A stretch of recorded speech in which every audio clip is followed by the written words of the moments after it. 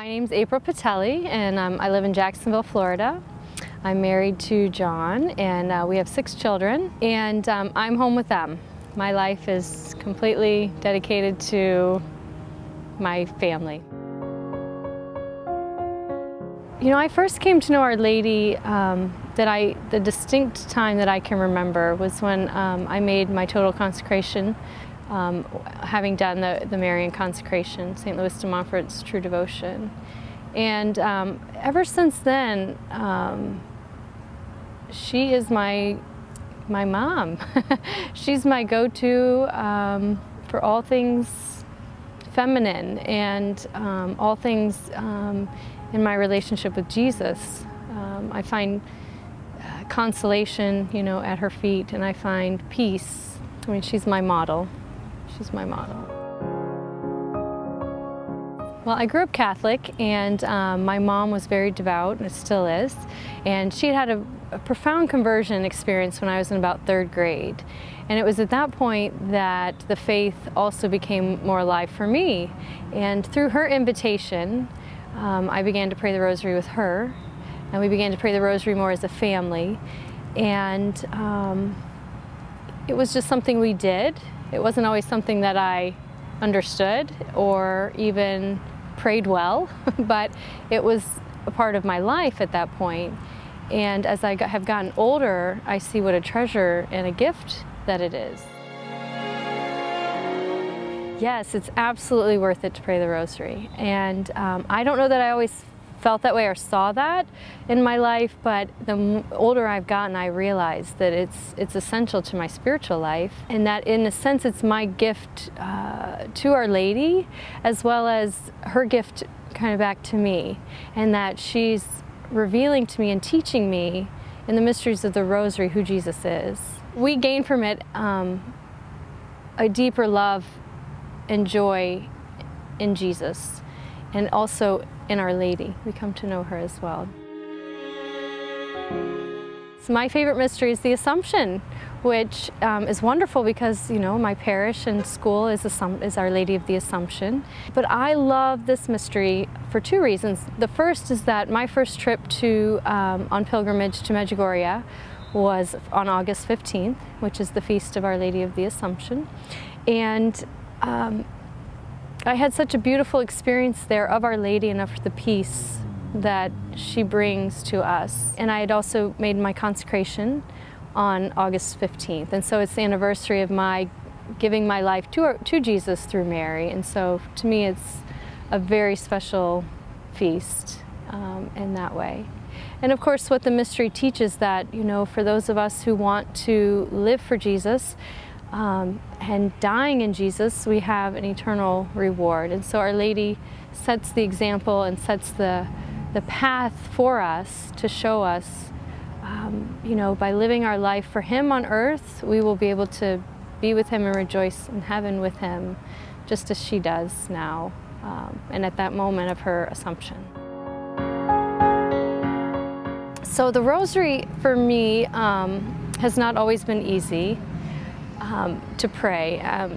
It's definitely been a challenge, and I realize more and more it has to be a decision of my will. You know, I might not feel like praying it, or I might have a bazillion things I need to do and it be last on my list, when in reality it should be first on my list. And the Rosary is really a decision to pray, and I believe in this wonderful year, you know, where we celebrate the 100th anniversary of Our Lady of Fatima, where she's come to say, pray the Rosary for peace, that this is the perfect time. This is the most ideal time to begin praying the Rosary every day, and to do your best to not miss a day as a gift to Our Lady, you know, to thank her. We have to make time to pray the Rosary, and again, it's a decision of our will, and it's a gift waiting to be opened in a sense. You know, it's like a present that you just put on the table and you just look at it. You can look at it or you can open it.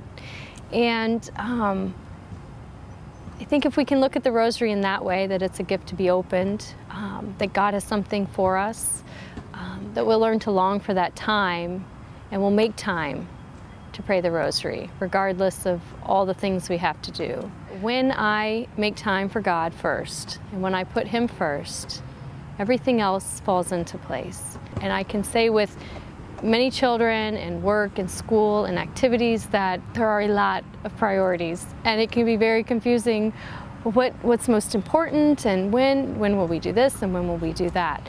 But I find that when we put the Rosary in its proper place, which is in our life every day, every night together, or if you can in the mornings, that the essentials are put in their right place.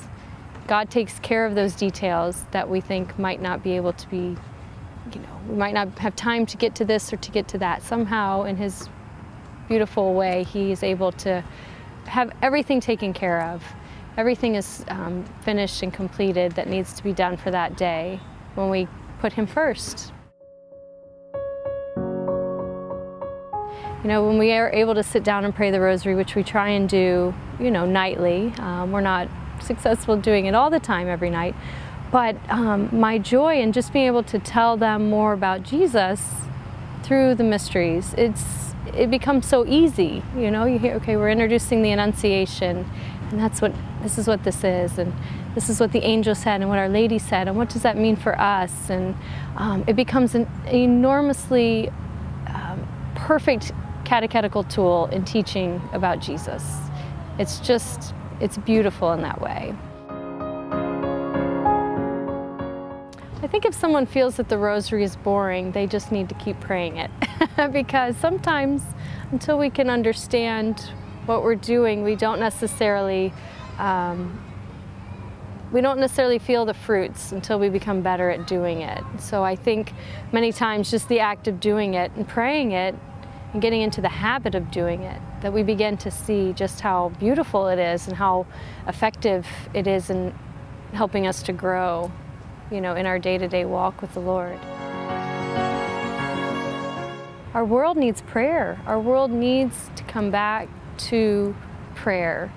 And, the Rosary for me, has been one of the primary ways that I feel God's peace. And I deal with the tensions in my own life and the anxieties and the stresses and the worries and, the frustrations. And by bringing them to the Lord through the Rosary, through Our Lady, through the Rosary, we can surrender it all, and we don't carry it around all the time with us. And in turn, they take those things and give us peace. They give us joy. They give us love, even for our enemies.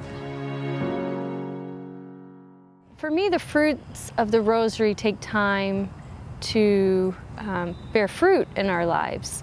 And it's that consistency and that fidelity to the prayer that allows us to grow deeper. But it takes time.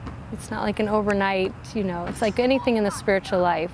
With discipline, with being faithful to our prayer, being attentive and making it important, we're able to grow. And so I see that with the Rosary, our roots of our spiritual life are able to go much deeper, and the fruit that we're able to bear, in our spiritual life becomes much greater.